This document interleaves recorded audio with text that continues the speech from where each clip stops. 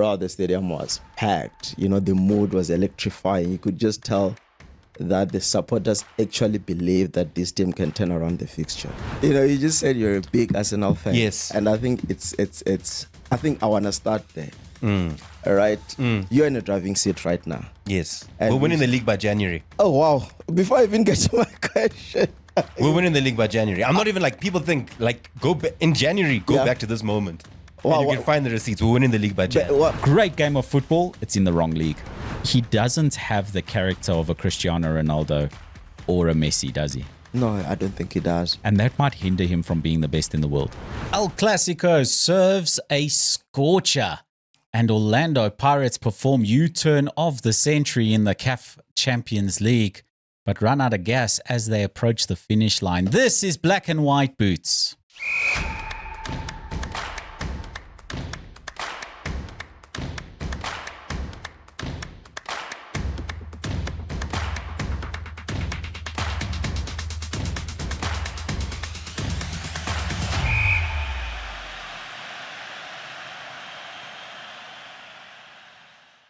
My brother. Yeah, man. You were at Orlando Stadium. Yeah, crazy, eh?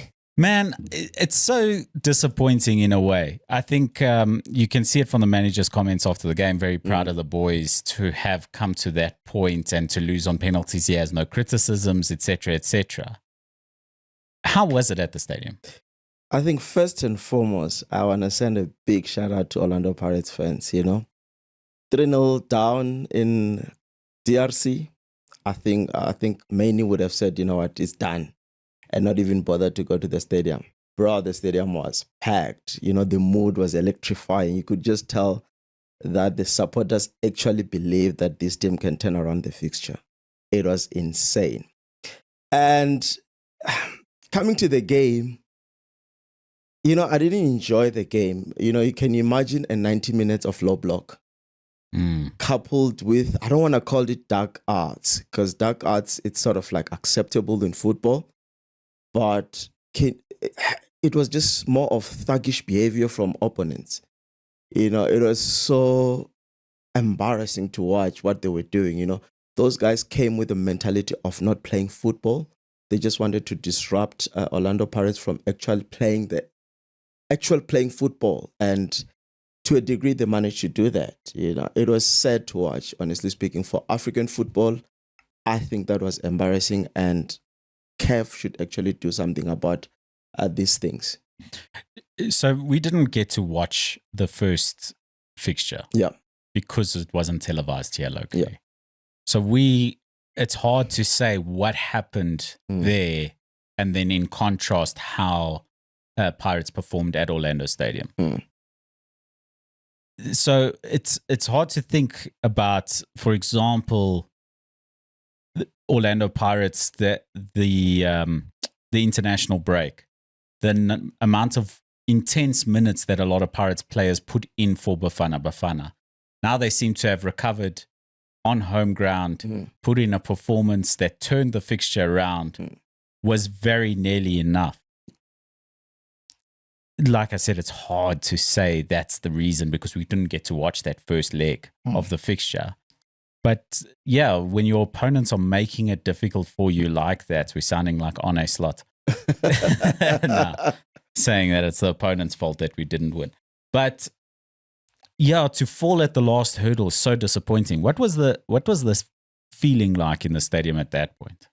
When the game started, it looked difficult for Orlando Pirates players. I mean, Yombules were not really getting to play their football. I don't know if it's anxiety or it's just the pressure of trying to turn the 3-0 deficit. But as the progresses, they started to play, try to unlock the defense, which was difficult. And one thing that I sort of found that I did not understand with our players is how they were not even trying to shoot from outside. There were moments where they could just shoot from outside, but I don't know if it was just the instruction to say, what, let's just unlock them in the final third. That's why the coach went without a striker. He decided to go with a front front that is like ball playing, you know. Yeah, so, like a false nine almost. Yeah, false nine, you know. And but again, you can't fault a coach for that, because goals came, and then they almost turn around that fixture. So it was promising, you know, especially the second half when the second goal went in. You know, the stadium started buzzing, and there was a belief in players as well. They pushed even harder, and we got that last goal. And unfortunately, we could not finish the job in penalties, which is sad. And one thing that stood out for me, you know, we had two players that actually missed the penalties, Hoto and Butuma. Butuma is a young star. He actually scored during the 90 minutes. You know, to miss that last penalty, psychologically for a young star, it can be heavy. And after the game, you know, Orlando Pirates were just singing their names to show them, you know, as fans, they understand that it's just a game of football. We lose together, we win together. And I was like, that's a very good gesture from Orlando Pirates fan. That will help to uplift the young man's game again and confidence. Because missing a final penalty in a stage like that can actually damage the player's confidence. I think if you're going to take positives from it, because I don't think anyone wants to lose at this stage of a CAF Champions League playoffs fixtures. I think the one positive Pirates can take from it is like, right, now we can focus on domestic affairs. It takes a lot out of you traveling onto the continent. This is a big continent. The infrastructural development of this continent is not the same as Europe. So Champions League fixtures, the way that teams can travel in the Champions League long distances and come back is very different to on the continent. And we've heard these complaints directly from managers like Gavin Hunt, etc. So if you're going to take a positive, it's a good opportunity for Pirates to focus on domestic affairs at a time where Sundowns are vulnerable. Now, it didn't look like it's in CAF Champions League competition now. I mean, a 7-1 aggregate win in their two fixtures to get them through to the group stages for 15th consecutive year. 15 consecutive group stages at the CAF Champions League. Crazy, right? It's impressive. Yeah, it is impressive. It's impressive. And they're one of South Africa's shining stars in terms of continental football for sure. But back to Orlando Pirates, domestic cup competitions are still on the line. Yeah. Tonight it's another game. It's another game. Yeah. And then there's, of course, the league title to chase. Yeah. And I agree fully with you in that because, yes, Orlando Pirates played well. They tried to turn the fixture around. And I don't think any sensible fan will fault them, you know, for falling that short, right? It was very close. We almost got it right. However, a team like Orlando Pirates, it has to be ambitious enough to say, now that we have lost CAF Champions League, which is the ultimate, what is the next biggest thing that we can win for our supporters? I would like to believe that their focus now will be on the league and also maybe try to grab one of the two that is left, you know, just go out with the treble, because I believe that these Orlando Pirates can actually achieve big things the way that they're set up, the way that the technical team and the players and the fans, the entire institution is so in sync. And I believe this is the season of greatness for Orlando Pirates. I agree with you. I think the focus now should just be the league. Quick words on Mamelodi Sundowns. Fans saying we're unimpressed with this Sundowns team after a 7-1 aggregate win. Unimpressed for getting results. I mean, feeling as though that they're too defensively minded.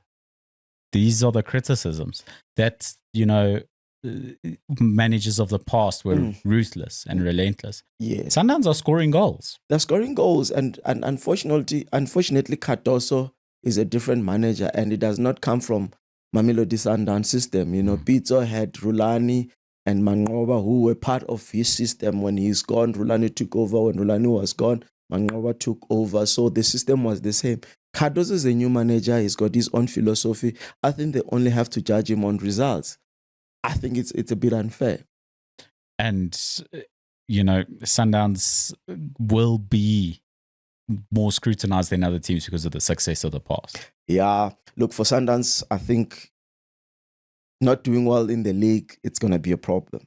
Mm. And I think for Cardoso, Champions League is the ultimate goal. I think that's why he was brought in there to bring that Champions League that they so badly want. You know, but with that said, the league is still very important for Mamelodi Sundowns. If he does not achieve that, he will find himself also in trouble, because already they're a little bit shaky in terms of their start compared to other seasons.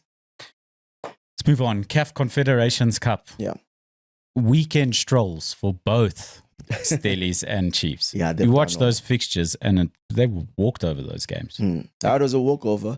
I mean, I remember saying that Chiefs have given themselves a better chance of turning around the fixture by going away and not concede. You didn't score, but don't concede. You know, when you're at home, you're more likely to win. You know, you've got your 12th man, there's infrastructure, everything favors you when you're at home. So when you go away, rather not concede. Same as Stellenbosch, they went away, they did not concede.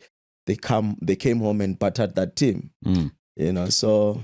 And the goal was just asking for the ball to come into it. It was so easy. From 2 minutes in, Chiefs scored their first goal, and they looked like they were walking all over them. It should have been more.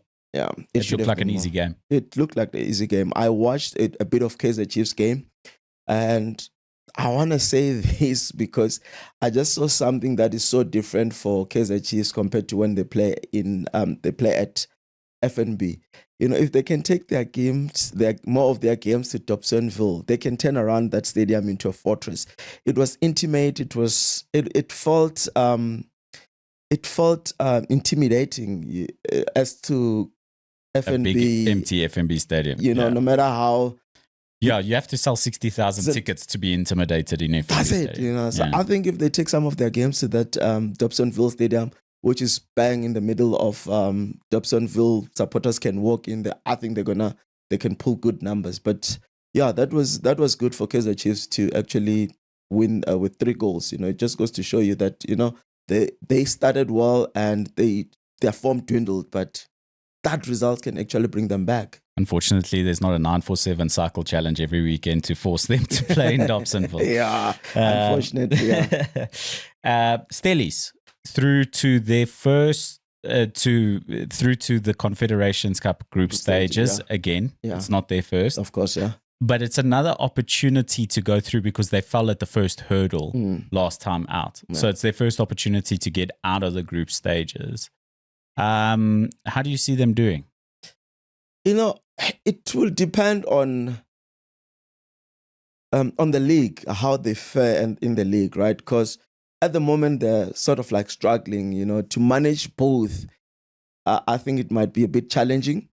However, if their form in the league picks up, I think the mentality can actually also help them to actually go far in CAF Champions League. But I foresee them doing well if their form in the league actually picks up. Because if it does not pick up, they might be forced to sort of like abandon in a way the CAF ambitions to try and focus in the league. And you want that momentum as well. You want that momentum and confidence that comes from league success, of course, to carry you in your continental competition. Agreed. Calling knockout. Yeah. Let's talk about it. I think Orlando Pirates stand a very good chance to go all the way. And they're going to be playing against Magesi tonight, whom... You remember what happened last season? I mean, they knocked out Orlando Pirates, which they actually went on to win it. So I think it's gonna be more than just a game tonight. I think it's a revenge, and also Magesi will go there with so much confidence, knowing that they've actually knocked out Orlando Pirates last season. So Orlando Pirates, if they can win tonight's fixture, I think they can go all the way. The thing is, Chipazeze, something wakes up inside that man when it comes to calling knockout. True. You know, that 100K man of the match award, sort of like ignites fire within that man. But look, Orlando Pirates look like they are. When you look at the game that they played against that Lupopo side, you know, you 3-0 down from the first leg, and then you came back to actually equalize the fixture. It just goes to show you the mentality that the boys have, right? So I would like to believe that Orlando Pirates will slightly edge Magesi tomorrow. I don't think it's going to be a big scoring game. It's more likely to be a 2-1 or 2-0 victory to Orlando Pirates. The fixture's very close to the Saturday fixture. So in terms of legs in the players. Yeah. And that's why I think maybe the coach rested some of his key players like Yombata, Mahopers. Again, as management of Orlando Pirates, would you rather have it on Tuesday and have enough time to prepare for Sundowns on Saturday? Probably. Or do you ask for Wednesday? So that you got enough time to prepare for Carling knockout. You see? And then you're sacrificing potential league points. Yeah. And it's a 6-pointer on Saturday. You know what I mean? We're going to get to that. Yeah. Also coming up tomorrow night, Maruma Gallants, Stellenbosch. Stellies have a little bit, well, sort of. They have more time to prepare for this fixture in a way just because Sunday was a stroll for them. So the number of days between the fixtures is the same, but Sunday was so easy for Stellies that you don't think that there's any impact on their fitness or their preparedness for Wednesday night, tomorrow night. Yeah, that's a game that I don't actually know how it's gonna go. But knowing Stellenbosch, I mean, they've tested this the success of this trophy, and like I said, they have not really convinced me, this season. So I think Maruma might just upset them. Coach Gavin finally falling off the pace in this one. Richards Bay. I was sad for him, yeah. Yeah. Because with what he has done with Durban City, you actually want him to, I was hoping he could at least get something out of this season. Yes, there's still Nedbank and also possibly the league, which I think it's a bit difficult. It's going to be a bit difficult for them to win. But I wanted him to actually maybe do well in Carling knockout. Focus is going to be on the league anyway. Yeah, no, look, I mean, they're newly promoted, so they're sitting pretty. So I think he has done pretty well so far in the league. Yeah, there's no doubting his credentials. A bit of a derby, that one, Richards Bay. And Areff. Yeah, so, a 3-1 win bodes well for them. Another semi-final or a semi-final to look forward to. Yeah, true. And Golden Arrows against TS Galaxy. Golden Arrows also a semi-final is not something to laugh about. That's a really good achievement. And they've got a good manager. TS Galaxy is not a walkover of a team. Not a walkover as well. And we saw how Golden Arrows have been playing. They've been playing good football. We saw against Stellenbosch, though they lost. But, it was goals galore. They will come at you. It's a team that is actually playing well, and I think their confidence is very high. I'm not surprised that they managed to upset TX Galaxy, which many thought they were favorites going to that game. Absolutely. And there's a semi-final place up for the other teams. Who are you picking for Pirates to take on in that tournament? To be quite honest with you, I don't think there is any opponent that I would say it's gonna be easy. Getting that far, it's challenging. Which means other teams have really done well. But if they can get Richards Bay, I think that they might stand a better chance against Richards Bay than maybe your Golden Arrows or Marumo or Stellenbosch. Okay, Durban City, Moses Mabhida. Yes, the Kaizer Chiefs fans turn out for those fixtures. Moving on to the Betway Premiership here.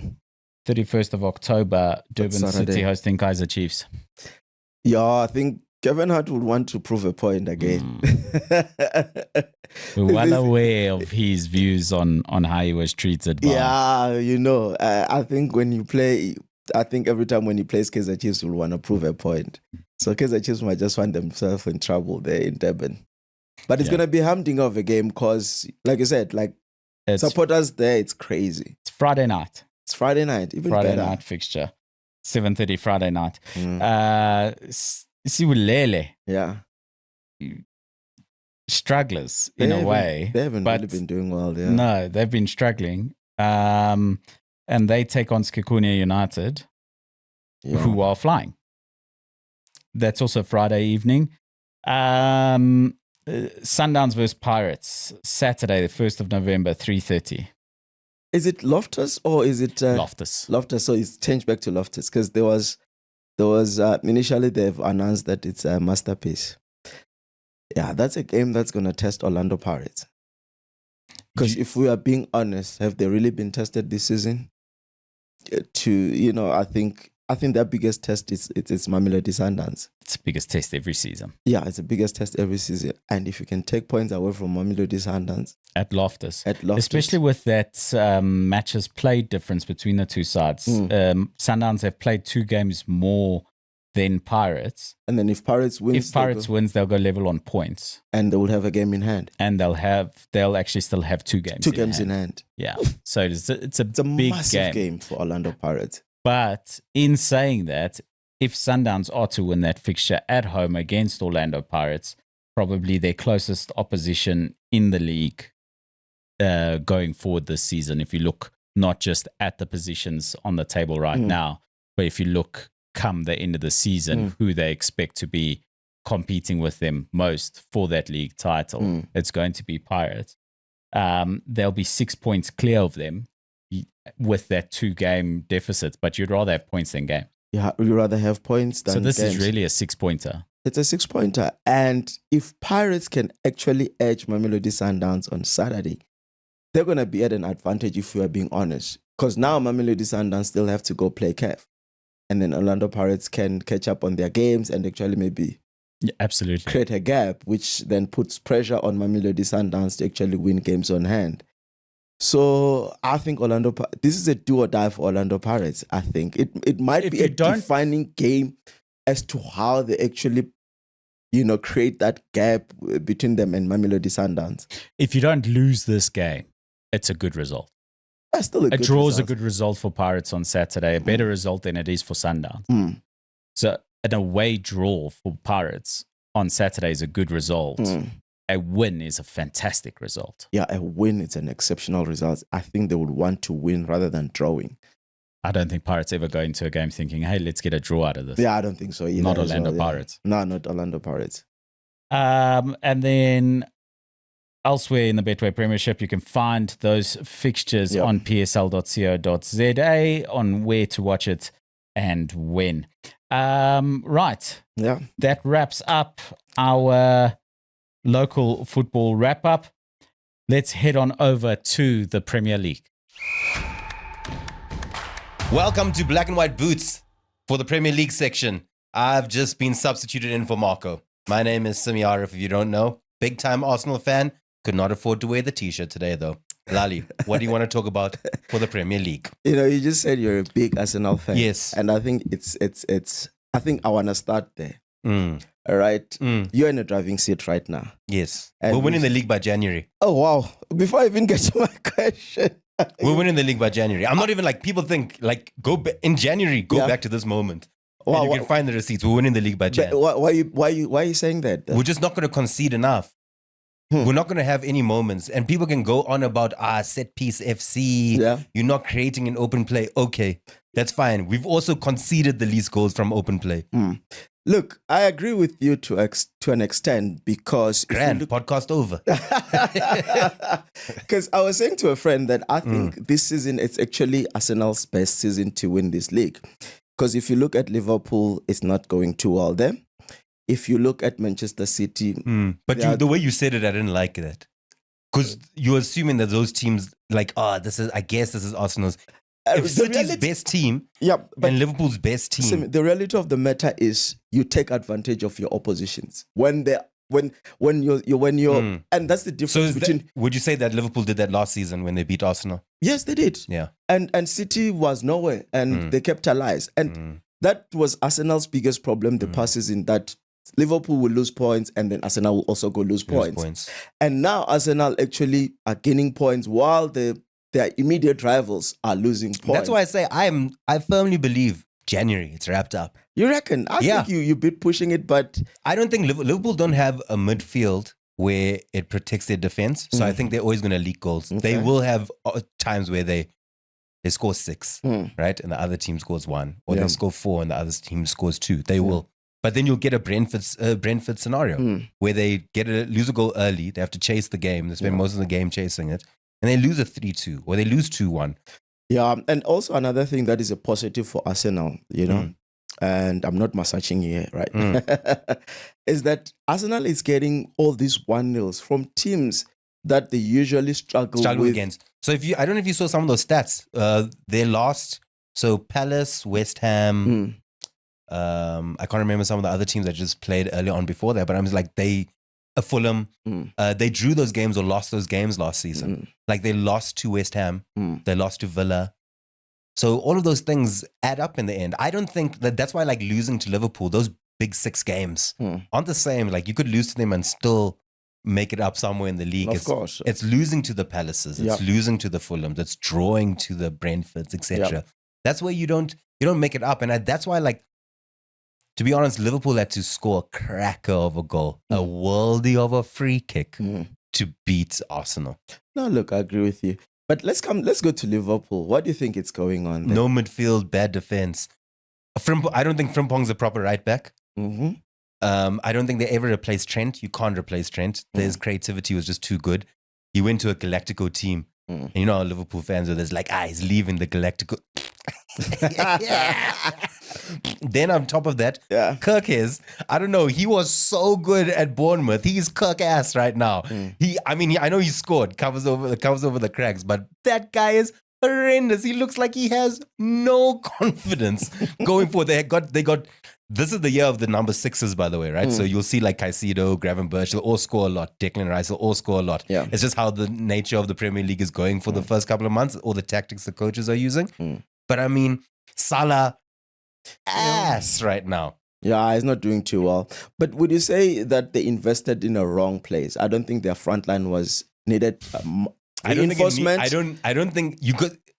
I've got a theory on this, and I actually spoke to Marco a while about it, right? The moment you sign Ekitike, you don't need Isak. That's it. Right? And the moment you've signed Isak, you've basically said, hey, my 90 million pound striker, Ekitike, you're holding bench. Yeah. And you're basically saying, I'm fine with that. No invincible into the midfield. Endo's not a player. Yeah. I think their defense as well, I think they needed another defender. They needed another defender. Look at Arsenal. They went to go sign Mosquera, right? That free run at Mosquera. Under 21 Spain international. Goes to replace William Saliba for like 4 games. Guys, Liverpool didn't do that. Yeah, I think they played themselves there. But with that said, do you think they're still title contenders? Or their season is done? The season is finished for them. Clip it. The Liverpool season is finished. 4 losses. Yeah, because, if you remember City last season, they went through the similar... Did they win the league last season? It defined their league. That's where I'm going, to say, do you think their league is defined and they will not make a comeback? 4 losses in the league before the end of October. And there's still December period coming now. Yeah, which is I think they only cooling. lost 3 in the entirety of last season. And they've already lost 4 now. Yeah, and they lost 2 of those 3 after they had won the league. And that's done for them. In January, this league is over. Arsenal will have like a 15-point lead. You like saying that. I promise you. Clip it. I want people to know that. Wow. Arsenal will have this league wrapped up. You're the first Arsenal fan that I have met that is so confident. Others are so humble. Other years I wasn't. Last year I wasn't. Yeah, with too many injuries. Yeah. Now the squad is complete. The squad is yet to still get Kai Havertz back. Martin Odegaard back. Yeah. Madueke back. Guys. The league is wrapped up. And they're winning like this.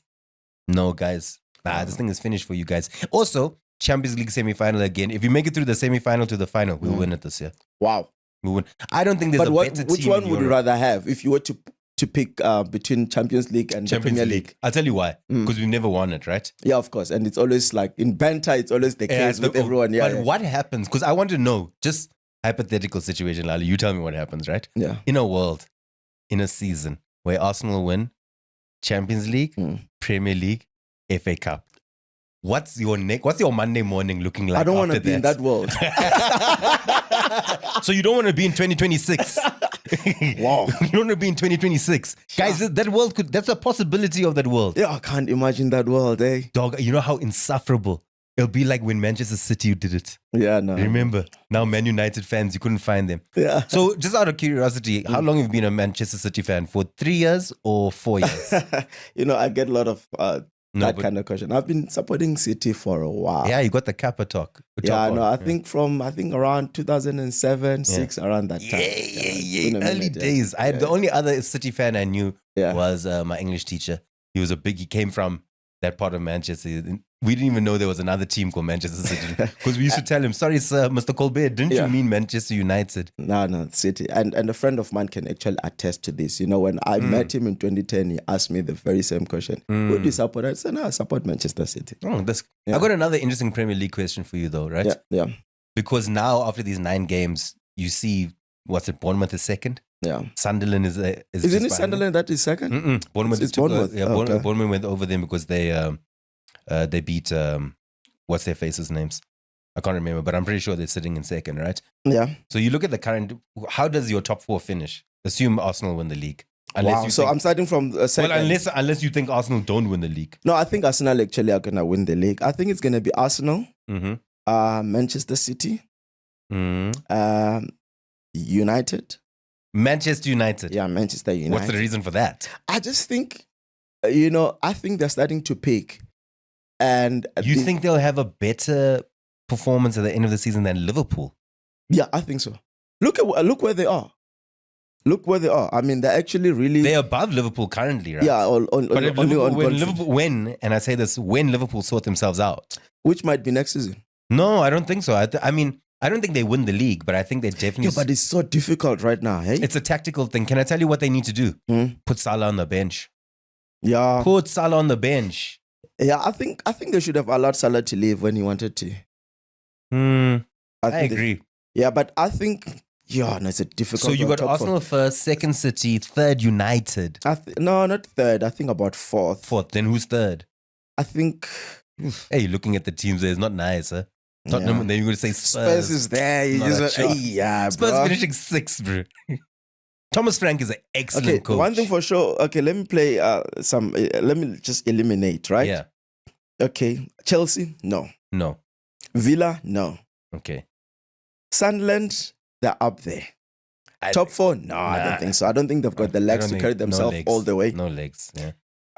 So I'll say Arsenal, City. It gets tough. Man United. Sure.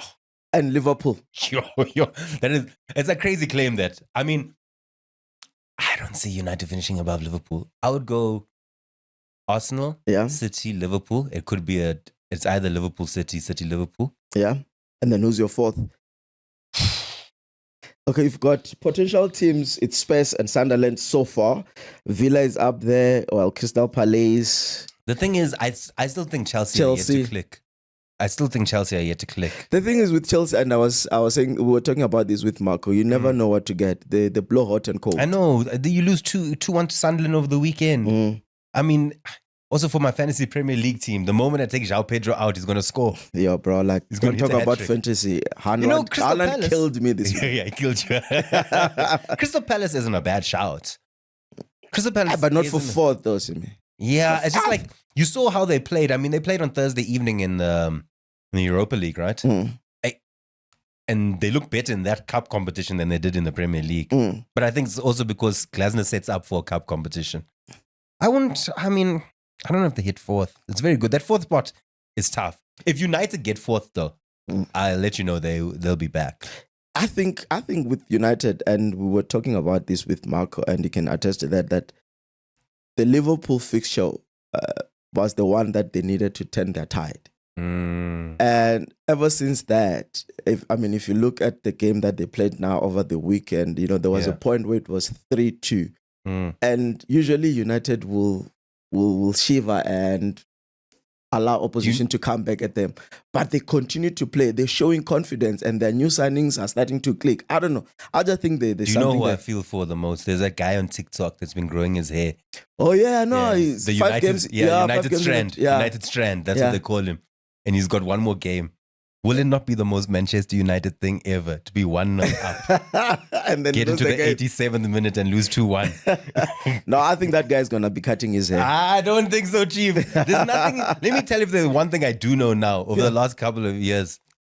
God is not a United fan anymore. Wow. He's chosen another team. He's chosen another team. He left with Ronaldo. Yeah, he left. But I don't have any more Premier League things. Oh, I did have a question I've always wanted to ask. Yeah. You're a City fan. I'm a City fan. And what? Okay, firstly, I'm an Orlando Pirates fan. Sharps, we got that together. Yeah. And then after that, you are a Madrid. Okay. And then City. And then Yeah. Choose a team, dog. After that doesn't Choose matter. a team. Okay, let me put it this way. I'm a Pirates fan, and then I love City and Real Madrid. Okay, here we go. Yeah. This is another hot take for another day, but I firmly believe Pirates could beat Man United in a one-off game. Wow. I'll tell you that. Marco! I firmly believe. But secondly, yeah, I always like asking my friends this question. You're a City fan. Which one player from another team would make your team better? Right now. Would change your season. Right now. Yeah. Because I think Manchester City really need like a good number 10. Eh? Telling me you didn't replace Kevin De Bruyne well enough. But Czech is there. He's doing well. But who's the hot number 10 right now? We're saying there's one. No, not Bruno. Someone said Bruno. Nah, not Bruno. If I could get, I don't know, Bellingham. And from the Premier League, it's only Premier League only, not from around the not other from only Premier League teams. It's basically one player that can change the course of where your team is currently going. So if you're saying that your team is finishing second, right? You need one player that changes that thing. Who do you choose? Yeah, look, because you already got the best striker. Defense is pretty solid. I think, yeah, defensively, like with like midfield, I don't think City's solid. You know, Rodri with injury. Yeah. You want? I think Moses Caicedo. I'll take Moses Caicedo. Yeah, I would have put either Caicedo or Zubimendi. Is it? So, yeah. I know Caicedo. Liverpool, if they signed Zubimendi, they would have walked the league. They would have. We'll look back at that Zubimendi signing for Arsenal and going, that's the one that made them walk it. He just turns things over. If I had to look at Arsenal, I mean, striker-wise, I don't rate Gyökeres. I call him Jokeres, to be honest. You reckon? I think it's just a matter of time before. It's difficult, you know. Not everybody's like Haaland, where they just come to the I think he does a lot of the stuff. Like he gives the wingers a lot more space than what they had. Instead of Saka having 3 men on him or 2 men on him, he now can take on a player. I just think that, man, he just looks like that touch is horrible. That touch is like a Lukaku touch.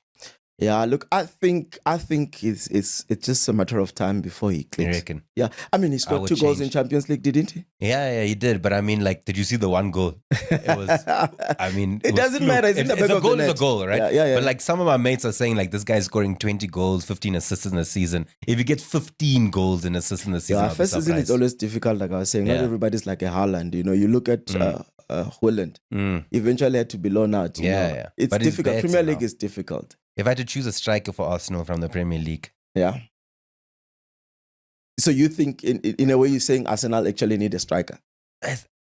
Okay, Arsenal, outside of Thierry Henry, right? The strikers that we've had, we haven't been a striker-led team in ages. Giroud we had. That guy's the same guy that won a World Cup. Nah, but he made a bigger impact at United than he did at Arsenal, right? And we don't even count him as an Arsenal legend. We hate him, right? But I mean, like, you've got Olivier Giroud. Yeah. Horrible. That guy went to France to the World Cup. Yeah. Scored 0 goals and won a medal, dog. That's fire thing. That's got some fire clips. But like, no, you can't build a team around that guy. Then you had Aubameyang off the wing. But I think Aubameyang... Lacazette, pap. Aubameyang, I rated him. I just think off the field issues with Arsenal was a problem for him. I would, like, everybody goes like Erling Haaland. Yeah, I would like Erling Haaland in my team. But I think the person that I would have wanted the most, Ollie Watkins, dog. Ollie Watkins? Ollie Watkins. I love Ollie Watkins. Ollie Watkins or Mateta. Hey, I would have been in Mateta. No, Mateta is on fire. In fact, I know who I want back in my team. Eddie Nketiah, dog. Bring my boy back home. You reckon? Bring my boy back home. I feel my guy's going to explode in the next few seasons. Bring my boy back home. Your defense is in trouble. Nketiah in the room. Yeah. In fact, we should sign players these days where you know the war cries are going to be good. The chants are going to be lacking. That's why I was upset. That's why I was upset when Smith Rowe left. Oh yeah, Smith Rowe. He's still Fulham, eh? Hey, but now he's got fat to that guy. Hey, I don't know what's going on. It's tough. But those are all my thoughts on Premier League things. Oh, lovely, man. Lovely. Oh, wait, before you go. Yeah. 9 games played. Who's your 3 relegated? Sunderland is out of it. Sunderland is out. Wolves is out. You think Wolves? I don't think Sunderland's get Not relegated. Sunderland. I mean, Burnley. No, Burnley's not gonna get relegated. So outside of Wolves, so I got Wolves definitely. So I want Forest to be relegated for obvious reasons.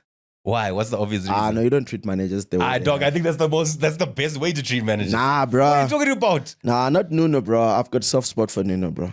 Nuno left, but now they got fired Ange. I don't care about Ange. That's the best way of firing someone. My gripe with them is because of how they treated Nuno. Nuno is a quality manager. He's a quality manager. He's a man that carries himself with respect. But they did it with Martin O'Neill. Yeah, I don't care about them. Let me tell you something. That's the most gangster way. That's how it should be done.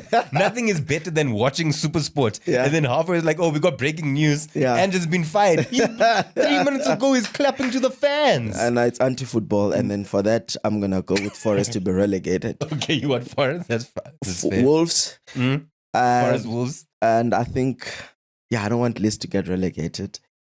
You don't Leeds. Leeds are going down, dog. Yeah, bro. I love Leeds. Yeah, for what they do for Lucas. Oh, just okay. Lucas for the Radebe factor. Yeah, for the Radebe factor. So I think Fulham can go, man. Okay, here are my teams. So I said Fulham, Wolves, and Forest, ne? Yeah, I don't think Fulham go. Fulham got quality over there. Okay. Marco Silva knows what he's doing. Yeah. Here's my teams that get relegated. Wolves, definitely. Yeah. Burnley, definitely. Okay. And the last one, Spurs. Spurs? I want Spurs relegated. As an Arsenal fan, nothing would be better than winning the league and Spurs being relegated same season. Can I tell you something? Yeah. You're not going to wake up in that world in 2026 with Spurs relegated. You must believe in God, dog. As an Arsenal fan, I've been believing for a long time. You must believe. Those are my 3 I want relegated. Okay, interesting. Cool, man. Hey, do you just walk in here, Marco, all the time? Thank you. Okay, substitute over. Oh, he was angry about it. If you guys want to follow Black and White Boots, go to our Instagram account at Black and White Boots. Follow Marco Martins, follow Lali, and follow me, Simmi Areff. Also, up the Gunners. Peace. How was that? Oh, it was dope. I like him, you know. But it's like I was saying to him, it's the first time I hear like a supporter, an Arsenal supporter, just so confident that they're gonna go all the way, because we know, they're not bottlers for no reasons. Yeah, well, first of all, he's delusional, but we love that about him. We love all our friends, don't we? They certainly won't win the league by January. Yeah. But I do like this Arsenal side, and we've said this before. The idea of predicting this league is going to change every week. Your bottom 3 that you guys chose, I'll chime in with that. I think Forest are in trouble. Wolves as well. Wolves haven't won a game still. I think Wolves are in trouble, and then it could be anyone that takes one of the other 3 spots. But I am confident West Ham will survive, because I think that they will spend in the January window. I think they're going to spend in the January window. They're going to add reinforcements to that squad, and I think that they'll just about survive. Burnley's a big call. I think Burnley is, in real trouble and danger of joining those other 2 in getting relegated. Then you've got Fulham, who I think will be fine. Leeds, Everton, they should be good. Brighton, Brentford, all of these teams are good teams. So it's going to be tough to pick a relegation battle, but this is the Premier League, and that's how it happens. Arsenal remind me a little bit of a Mourinho Chelsea, actually, at the moment. They're tough to beat. Yep. They're very physical, and they're more pragmatic than some of the champions we've had in recent years. It's been Liverpool and Manchester City, really. In recent years, I mean, City won, 5 in a row before Liverpool won this one. So I think that the way the tides are turning in the league, and you've got a lot more of the set piece activity and things like it, and teams being hard to beat, teams being prepared to change their philosophy a little bit in order to win games where they see it's best suited. And I think that's why I say Arsenal reminds me a little bit of a Mourinho Chelsea, is that they're prepared to, like, let's change the philosophy a little bit for this game. Let's be hard to beat. Let's be dogged. And I think Arsenal stand a great chance of winning the league this season, especially when you see Chelsea, Liverpool, and City dropping points this weekend. So I think it's interesting. Manchester United, look, anything can happen. You know, it's. But I see you guys. I see guys in the top 4. What do you think, though? I think top 6. I think I'll be confident to say that Man United will finish in the top 6 this season. I think that they've got a really good manager who I've backed all the way along. I've never said change the system, change the philosophy, whatever. My issue was always with players. And we were talking about confidence, needing confidence, and look how much better they are with confidence in that side. They are very confident. And I'll tell you why I'm saying I think they might finish top 4. I think United have no problem against your traditional top 4, like your City, your Liverpool. I don't think they've shown in the past that they can actually beat those. I think they were better than Arsenal in that fixture that they lost to them. Yeah. City dominated them. Yeah. They beat Chelsea and they beat Liverpool. So that traditional top 4, they've gone and outperformed all but City. Yeah. The issue was always your Brighton, your Villas.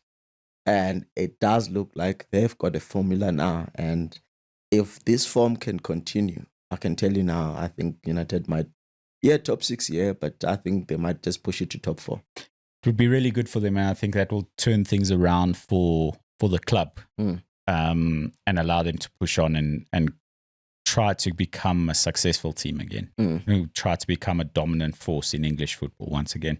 It's early days to say. Very early. Let's cover a couple fixtures in this one.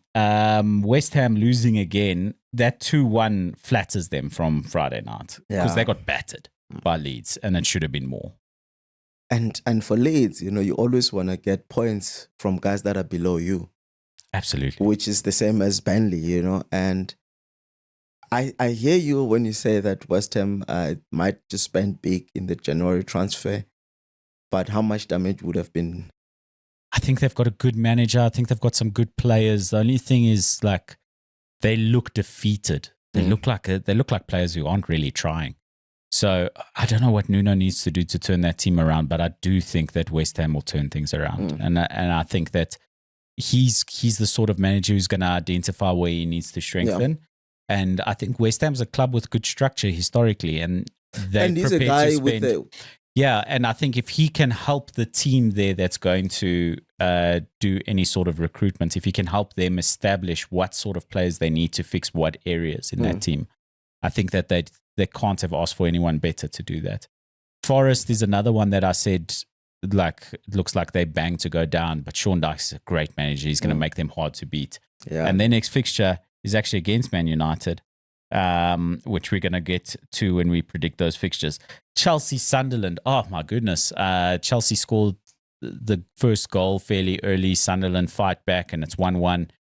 And Chelsea just have no answer for breaking down Sunderland, who are like, cool, we're going to just defend this 1-1 lead. We're going to just defend this 1-1. They just wanted a point. And then they were like, but we're going to be dangerous on the counter. Yeah, and it was effective. They went and beat Chelsea at Stamford Bridge. It's an impressive result for Sunderland, and they sat second in the league for a few hours. Yeah, no. At least, actually for the full day, until Bournemouth beats Forest on Sunday night.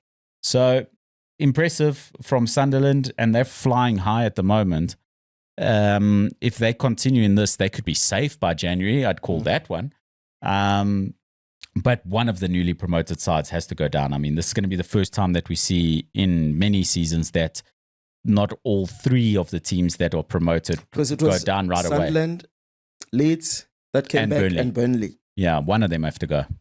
And all of them are not, except for Burnley there. Burnley's round about the bottom, but they're actually not in the bottom three, thanks to their win against Wolves, who remain winless and sitting rock bottom. Yeah, you want to take points from those who are below you. Absolutely, and there's no chance Spurs are getting relegated. They have a good manager, they have a good squad, and they're flying at the moment. They're above Man United, they're above Man City, they're above Liverpool.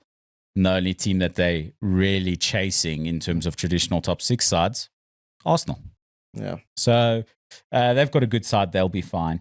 Man United versus Brighton. What a performance. Over the entirety of the game, I think there were periods where Brighton were pushing and you were a bit concerned for them. I just think that some of those players are just so good. Cunha was incredible. Brian Mbumo is a great player. It's crazy. That guy's good, eh? I think Benjamin Sesko is a very good striker, and I think he adds a lot to the side. And with Bruno Fernandes and Casemiro, the experience he has and the lift he's shown in his form to take the manager's instructions on and be able to play that position well has changed the team a lot. So, and they've got some very good defenders in that side as well, and they've got some players coming back from injury. So I think it's going to be a fair season for Manchester United overall, but there's some, you cannot improve from 14th place or 15th place, wherever Man United finished last season. I think it was 15th place, to like title contenders or top four or anything like that. I think that's a stretch. I mean, I'm not saying it's impossible for them to get top four. It's not impossible for them to win the league either, but boy, is it a stretch to like put your hat on that. And it's like, my money's not going to go into that bet. I'll tell you that now. Yeah, look, man, if you look at 3 games on a trot now, it's exactly what the players needed. And I can tell you, with that game, they just look so confident. As I was saying to Simmi, 3-2 with 5 minutes to go. Usually United will give in, eh? Yeah, and then they go on and score and close the game off, and it's like, thank you very much. We're going home with these points. That's it. That's all in it. Liverpool against Brentford. I've got a couple of things about this. Liverpool, they'll be fine. And I think they're still going to push for the title. You reckon? I think that they've got an opportunity to push for the title. I think they're such a good side. Gone. You think the title's gone for them? So then what? There's only 2 sides in this race? Because surely no one but Arsenal and City are in unless Arsenal can draw points. Yeah. I mean, you're basically guaranteeing Arsenal to win the league if you're saying Liverpool aren't going to push. Yeah, look, maybe let me take that back. But it's going to be a mountain to climb for them. Absolutely. They have to turn this form around very quickly. They need to figure out what's going on. Who would have thought that United could be, after match day 9, ahead of Liverpool? Will be ahead of Liverpool. And it's 4 games. And I was saying to Simmi that, Marco, usually when you go through that deep, it usually defines your season. It's true. Has there been a team that's lost 4 games in a row and won the league? It'd be interesting to see. Yeah, it would be interesting to see. I don't think so. Usually teams will win the league with maybe 1 or 2 or 3 losses. 4 at max. Yeah. I was saying Liverpool has... Yeah, no. It's too early to cut them out. I think they're a good side. For the quality that they have. They're a very good football team. They've got a lot of quality. They won the title easily last season. And they've strengthened that side. Let's be honest. Yeah. And I think they're aware of where they needed to improve, and that's why they went for Mark Gay. And I think that it would have helped Virgil van Dijk look a better player again if he had someone like Mark Gay next to him to assure that Liverpool side. Konate is a bit struggling. Also Virgil as well is not the same as he was. I think also it's because he's also playing with somebody who's also struggling. I think so, yeah. I think there's been a lot of comparisons with Virgil van Dijk and Nemanja Vidic and Rio Ferdinand, because these are who people perceive as being the best defenders in the Premier League history. I think that Virgil van Dijk is so impressive because he's actually never had a partnership like Vidic and Rio had. I think that makes you a better defender, having a stable partnership with someone who's able to make you a better defender. And I think Liverpool will be replacing Konate as number 1 centre-back. Look, they went into the market and they bought that young Italian who broke his leg in Carling Cup fixtures. And he came in to be ready to compete for the first team squad, but he's had a big injury. So I think if they're able to go and pick up Mark Gay in January maybe, or in the summer, that will improve that side. But yeah, look, there's no sugarcoating it. Liverpool are playing really badly. Yeah. And Liverpool fans must be absolutely devastated, because this has been an opportunity to create a dynasty so far, because Liverpool have been that good. And we saw it with Man City under Pep Guardiola, where it's like you can go win 5 league titles in a row and be a dominant force. Yeah, that was the opportunity. This was Liverpool's opportunity, and it looks like that's slipping through their fingers. Yeah, it is. And it's going to be like a once-off where you win a cup. They've won 2 titles in the last 10 years, and that might be it again. But look, I don't think so. They're too good. They're a good side, got a good squad, got a good manager. And if it was Ruben Amorim after 4 defeats, people would have been shouting for his head. But I don't think anyone's going to call for Arne Slot to be fired. No, I don't think so. I've got an interesting question for you before you move. You just mentioned Rio Ferdinand, Nemanja Vidic. and Vidic. Who's your favorite centre-back pairing of all time? Well, let me not say all time, but who's your favorite centre-back pairing? Chiellini and Bonucci. Chiellini and Bonucci. Okay. Warriors. Well, I think Rio and Vidic is probably better players in a way. I think as a ball-playing defender, Rio Ferdinand is one of the best to ever play it. Yeah. You know, he was tremendous passer of the ball. He was calm, collected, big guy, long stride, was an intelligent defender. So you never saw him like having to be aggressive. He was just, his positioning was incredible. And similar to Virgil van Dijk in a way, you know, that Virgil van Dijk, you actually don't see Virgil van Dijk making that many incredible tackles historically. Right now, things aren't going well. Because his positioning's been so good that he doesn't have to. Yeah, I think Rio Ferdinand is one of the greats like that. John Terry was a tremendous defender as well. But in terms of a partnership, for me, I love just two warriors, Bonucci and Chiellini. Good luck getting past them. And when there was a back three under Conte, when Scudetto after Scudetto after Scudetto for Juventus was Barzagli, Bonucci, and Chiellini. Oh, 3 warriors in there. And they just put their body on the line. Try to take a shot. They're in the way. Yeah. You know, so those are my favorites for me personally. I think they were great. What about you? It's quite interesting because my center pairings are it's 2 that I have that are my favorite. I think Pepe and Ramos. Oh, yeah. Those, you know, dirty players. Yeah, dirty players.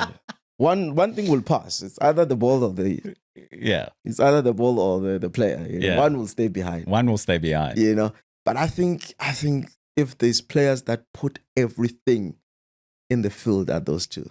Yeah, I agree. Yeah. No, that's and the success speaks for itself. Yeah, no. And also Puyol and Piqué. Yeah, tremendous partnership. That partnership was crazy. Take your pick from that Barcelona side.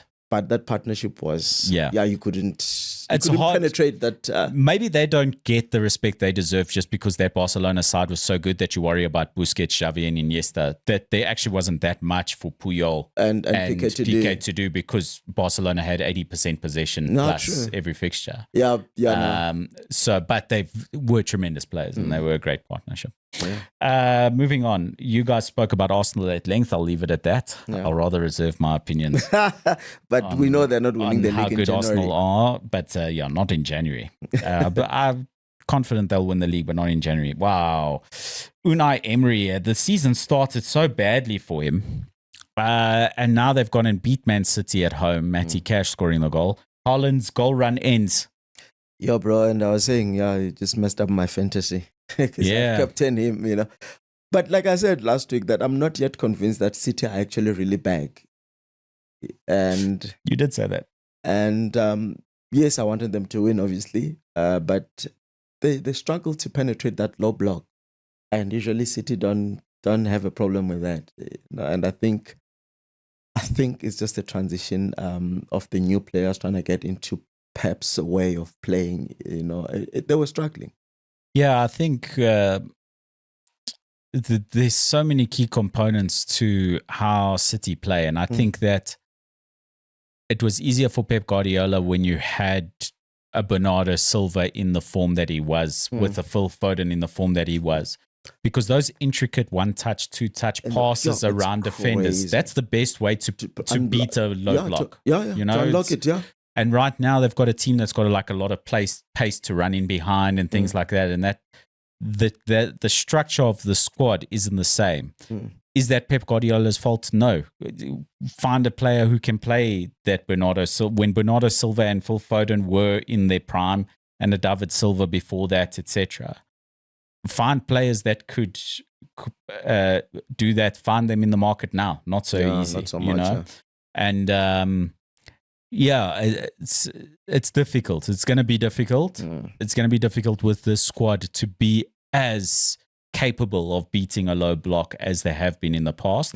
But I still fancy City. I think they're a good side. I think they got the best number 9 in world football, probably. I think so too. And when some of those injured players come back, I think Ryan Shirky's an unbelievable chaos factor he came player. on and played well. Yeah, I think he needs to get fully fit. Yeah. I think some of these players need to get fully fit, like Rodri, to help just make sure that they marshal that back line and be that quarterback that you're missing from Kevin De Bruyne in terms of spraying passes across the pitch, some of the longer passes. But Shirky is such a difficult, chaotic player to play against. It's very quick. He's very quick. He's got good feet. I mean, he terrorized Manchester United last season in the Europa League. Yeah. So he's a top player. I think he needs to get back to full fitness, and I think City will be up there challenging.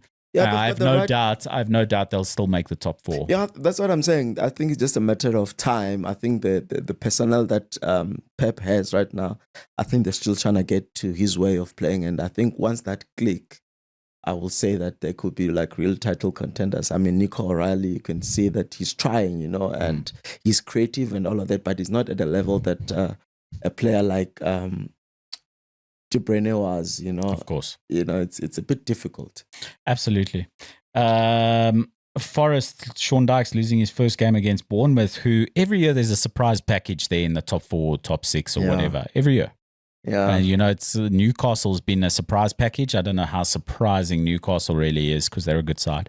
But Bournemouth could be that surprise package. Forest were the surprise package last season in terms of how Not well Sunderland, they performed.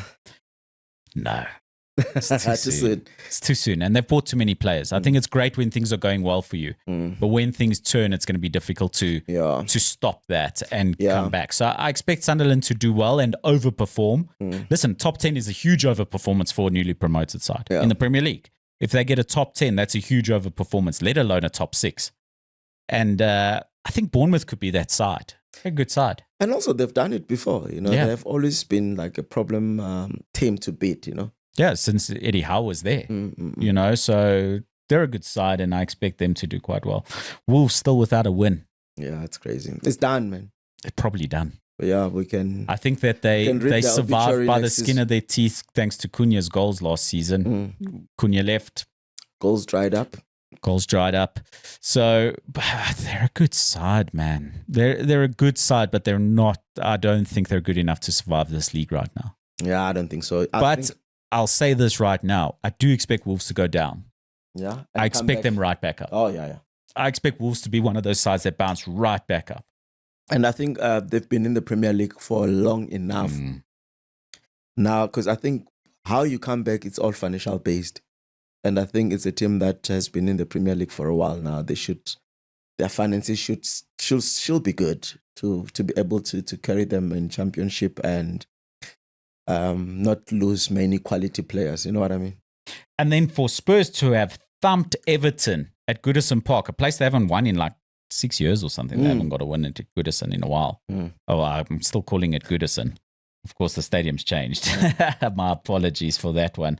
Everton have a shiny new stadium called Hill Dickinson Stadium. I need to get used to that one. But they haven't won away at Everton in a while. And big 3 points for them. At halftime? Yeah. Listen, Thomas Frank's a top manager. And I thought, with resources. Yeah, and I thought he'd struggled this season because he seems to be the sort of manager that needs time to get that money ball thing that he's got going with all the analytics and the data science and all of this, whatever. I thought he'd need more time to make this Spurs side a good side. He's come in there, made Spurs a good side, and it makes you think Forest was a good side before Ange got there. Spurs are a great side since Ange left. What are you saying, my friend? I'm saying maybe don't hire Australian managers. What do they know about football? What do they know about football? I am Greek joking. Aussie. Sorry, guys. We're joking. Yeah, it is a shame for Aussies. He was Australia's national team manager at one of the World Cups, from what I remember. He did really well at Celtic. He seems to be a manager he's just a little bit bold for the Premier League. Yeah, he's quality, man. And you're going to get thumped if you're that bold. Yeah. If you're like, well, we're going to press you all the way up. Might work in the Scottish League or in Australia. Maybe it will work in Italy or Spain or Portugal, or, one of the other leagues around Europe, I think it could work. But the Premier League, you'll get punished. Yeah, you'll get punished. I think he's too bold. I don't think he should change his philosophy, but I do think he should change his league. Yeah, he will be successful anywhere else, I think. I think so. I think so. That's a wrap of Premier League in terms of our review. Yeah. Let's have a look at what's coming up in the Premier League just as we're about to wrap up the show. Match week 9, starting this Saturday, the 1st of November. Burnley against Arsenal. This is an opportunity for Arsenal. They're much better than this Burnley side. It is Turf Moor. It is an away game.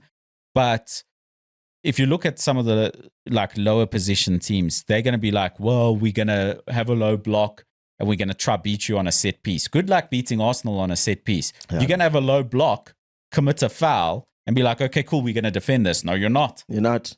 Yeah, with Arsenal, you can't give them set pieces. And I think that's the one thing to say, because the low block is fashionable again to beat good sides. Yeah. Right?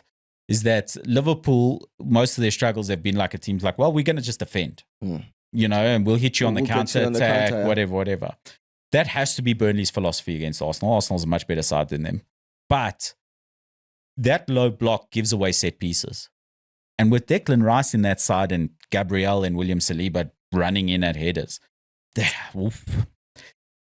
think there's a big thumping coming this weekend. And Arsenal are just going to go further in front. Yeah, they're just going to run away further this weekend on Saturday. Palace against Brentford. That's going to be a good game, but I do fancy Palace at home. Fulham at home against Wolves. That's a good opportunity for Fulham to get themselves further away from that drop zone. I think Fulham will be safe. I'm a big fan of Marco Silva. I think Fulham have a very good side, and their stadium is a very tough place to go to. So that's going to give them a more realistic position in the league. Nottingham Forest at home against Manchester United. Sean Dyche's going to galvanize that side. They're going to want this game. They're going to want this game in a different way. Yeah. I'm worried about this fixture. I am a bit worried about this fixture. Yeah, and also, what does a win mean for United? It will be 4 in a row, hey? It'll be huge. Hey, that lad must call his barber. You're going to get a haircut soon, brother. You're going to get that haircut soon. Yeah. But look, again, Sean would want to start to stabilize the team, and I think it's one of the games that if it does not win, he will want to have a draw. Absolutely. He'll be happy. He'll be delighted with the draw. It's early for him. I mean, he's had 2 fixtures. One was a European fixture, and then this weekend's fixture that they lost against Bournemouth. He's going to have a whole extra week now with those players to put drills in place, to get the mindset right, etc. I think this is going to be a tough fixture for Manchester United. I think so. I think it might just be a draw, this fixture. I hope not, because a big run would be so big for Manchester United. Obviously, I'm a fan. A draw would still go a long way for a team like United. It's not bad. To go away to Forest and draw if they play well. If Forest don't play particularly well and Man United still don't go get the win, that's a problem. That's a bigger problem.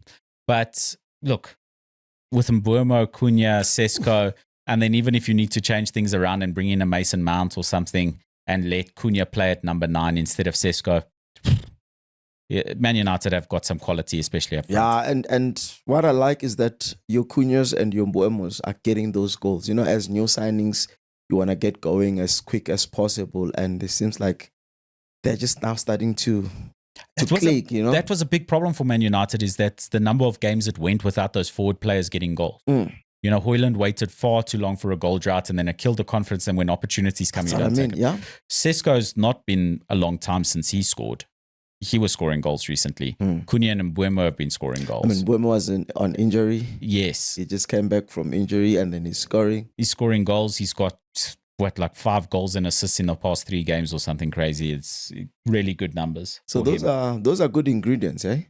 Then the blockbuster fixture for the weekend, Tottenham Hotspur Stadium, Spurs against Chelsea. Marco. Which Chelsea's going to show up? You're laughing. Which Chelsea's going to show up? Because if the good Chelsea show up, it could be something else. It could be something else. Spurs have been far more consistent. I think Spurs are a good side. And I think you're laughing because it's like, well, I think Spurs are just going to thump them. I don't think so, actually. I just think it's unpredictable, that game. It can go either way. But it depends on Chelsea. that game depends on Chelsea because we know what we're going to get from Spurs. We're going to get a good performance, a good solid performance. They're going to create opportunities and they're going to be quite good defensively. Depends which Chelsea sides show up because that Chelsea squad's a very good squad. Look, they've got some trouble in centre-back positions, etc. They're playing young players. They don't really have a set back line. So they could be in trouble with regard to that. But they've got good players in that side. And if Chelsea really show up in that game, they could go and win it. And again, every weekend, our predictions for things are going to change. Because if Chelsea win this one, they are now taking points off of a top 4 contender. And they're getting themselves... Because it's very tight there. Yeah, it's very tight, actually. From 10th to 3rd is very tight. It's very tight over there.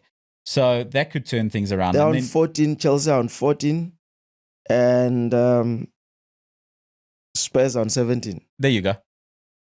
So you win that, you level on point. There you go. Yeah, that's why I say every weekend it's going to change. Crazy. It's very tight there. Yeah. So Arsenal could be pushing, Chelsea could be pushing for top 4 right away from this weekend. It just depends which Chelsea side are going to show up. Liverpool against Aston Villa. Liverpool at home. They needed this home game. They needed a home fixture. But Villa on a high after beating Arsenal. You're crazy, bro. Villa are on a high. And after beating Arsenal. Man City. City, my apologies. Yeah, look. If Liverpool are not careful, Villa can cause... I mean, they've won there, I think, eh? Yes. They have won there. Was it last season or the season before? Yeah. Yeah, no. I'm facing Villa on that one. Sure. So that means... Oh, my goodness. It's going to be crazy, because, you go lose. And the sad part about this, Marco, is that once you start losing games, I don't know what it is. I've experienced it with Manchester City. Once you start losing games, it just never stops. It's so hard to turn it around. It's just so hard to turn it around. The mentality, they're going to need a very strong mentality, because I thought they had won in, they've beat, I think it's Frankfurt. Yes, that's it. Yeah, they beat Eintracht Frankfurt. They were losing 1-0. Yeah. Salah didn't play. Hey. Yeah, no. It could be what they need to do, maybe, eh? Because sometimes as a player, I mean, a bench allows you to watch from outside and also see what you can do, when you get back into the field. Salah has just been playing, and if results are not coming, let him watch from the stands. Yeah, just get the pressure off of him a little bit. Give him some time off. Let him get hungry again. Watch how others are playing, and it might help him. It might help him. And it will probably help Liverpool the way things are going right now. And then Newcastle versus West Ham. I think Newcastle will thump them. City against Bournemouth. Now, is City at home? City's at home. Yeah, they're gonna win that. They need to win that. They have to win. That's a very good. The words you've used there are key, because if they win this, they go ahead of Bournemouth onto 19 points. And then they're at least, once again, only 3 points behind Arsenal, depending on how their results go against Burnley, which we think they'll beat Burnley. You have to keep... Because if City lose against Bournemouth, who are ahead of them on the table, Bournemouth are playing good football. They could, but they're at home. They have to win this. If they lose this game and Arsenal beat Burnley like we expect, that's a 9-point difference. Yeah, and... That's hard to turn around. No, 9 points is nine's far. At this stage of the season, 9's a lot. Yeah.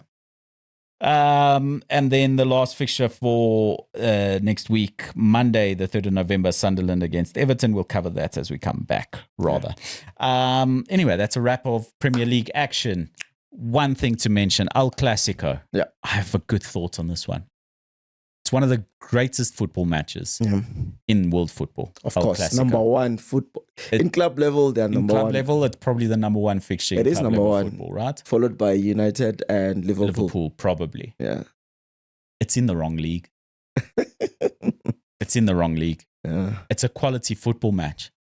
But the reason I say it's in the wrong league is the officiating. Oh, infuriating to watch how that game was refereed. It's a tough game to referee. I don't want to criticize officials too much. And there's a style of refereeing in La Liga that's different to Premier League. And I do think also this is one of the things that hinders English sides in the Champions League, is that the refereeing in the Champions League is probably more European football, more like Italy, Spain, Portugal, whatever. Whereas English Premier League refereeing is what I like. Allow the game to get a bit physical, allow the game to flow, and decisions that make more sense. I know we complain about refereeing decisions every week, even in the Premier League. Well, boy, I was bemused by that game, how the referee let it get out of control. Yeah. I mean, fights on the sidelines at the end of the fixture as well. It was heated. It was. But it was a very good performance from Real Madrid. Yeah, I mean, how many goals were disallowed? Penalties that should have been penalties. VAR overturned a match official's decision that was probably correct. He kicked Lamal's. He was in control of the ball. Yeah. Lamal puts his foot in the way while he's trying to strike the ball. Yeah. It's a tackle. And it's like, no, he kicked him. Yeah. So it's a foul this way. Are you... Yeah, that for me, I was like, okay. It would have been difficult to see Real Madrid lose that game or not win it because they deserved the win. Yeah. And you could see at the end that it meant everything, coming from, I think, 5 consecutive losses. I think it meant everything. They wanted that game from the minute it started. And the fans were behind them. The crowd was noisy. Yeah. It was a tremendous game. And I think Vinny Jr., for me, he was man of the match. I know he played Mbappe. well. I know Mbappe won man of the match, but I think that Vinny Jr. just caused a lot of problem for Barcelona's on that left-hand side. And even when he came centrally and you see Pedri getting the yellow card, pulling his shirt, and then later Pedri getting a red. Pedri just literally stopped playing football. It's like, I'm going to grab your shirt, bro. Yeah, I'm going to grab your shirt. But, which is fine to get a yellow card. It's part of the game, right? Part of the game. And he apologized right away. You can see that's Pedri's type of character. And I think that's why fans tend to like Pedri and they talk about him as one of the best midfielders. There's a lot of people who are like, Jude Bellingham's not as good as Pedri. Listen, Jude Bellingham is a top player. Jude Bellingham is probably one of the best midfielders in the world. Just like how he gets out of tight spaces. He's incredible, and he's physical. He's got a long stride, etc. I'm a fan of Pedri, but he's not on Jude's level. I don't think. But his character, he's very likable. He's very whereas Jude is the opposite. I don't think Jude is as likable a character. He's not a bad guy. He's not a villain, but he's not nearly as likable as Pedri. I think Pedri's a likable player, and he's got his first red card in his career. Oh, was it his first? It's his first career red card from those 2 yellow cards. But it's like, I don't know if the second yellow card was even a yellow card. The first one clear as day. The second yellow card, I think that Pedri actually had a more deserving yellow card challenge earlier in the game. And it wasn't even called for a free kick. And that's what I'm saying about this El Clasico, is that great game of football, it's in the wrong league. Yeah. And as well, I think for Barcelona fans, I think what they can take comfort out of that game is the fact that some of their star players were not in that match, Especially in the forward line when they needed to bring fresh legs into that lineup. Their options were very limited. They were limited, yeah. And that's why I think maybe Lamil did not have the greatest of games, because I think that game mostly relied on his shoulder. Alvaro Carreras pocketed him. He played a great game. Yeah. And it shows you why Real Madrid had one player in their mind for that left back position. They were like, that's our guy. We're not going for anyone else. Ferran Torres, I don't think he had a good game per se, No, and I thought actually if you pick out a player in that Barcelona side that did have a good game, it's Marcus Rashford. I think he just needs to be more greedy. You're an attacking player. When you've got an opportunity to shoot. Yeah. I think he found himself in good positions. And then decides to pass the ball, whereas he could have had a shot at goal. Yeah, I need to take more responsibility. I agree. But that's, look, I'm delighted. Yeah. Hala Madrid. Bragging rights. Madrid. Bragging rights for this weekend. Yeah. And it was a great game of football. A weird one. No one likes to see that. The afters. Where everyone was saying, hey, you talk too much, Lamine Yamal. I read somewhere where apparently Lamal said, let's meet in the tunnel. And Vinicius like, let's go now. Such a skinny little guy saying, let's meet in the tunnel. Yeah, that's crazy. Just now you're coming across like, some of the other Real Madrid players there. Imagine what Pepe would have done to him. Hey. Yeah, I know.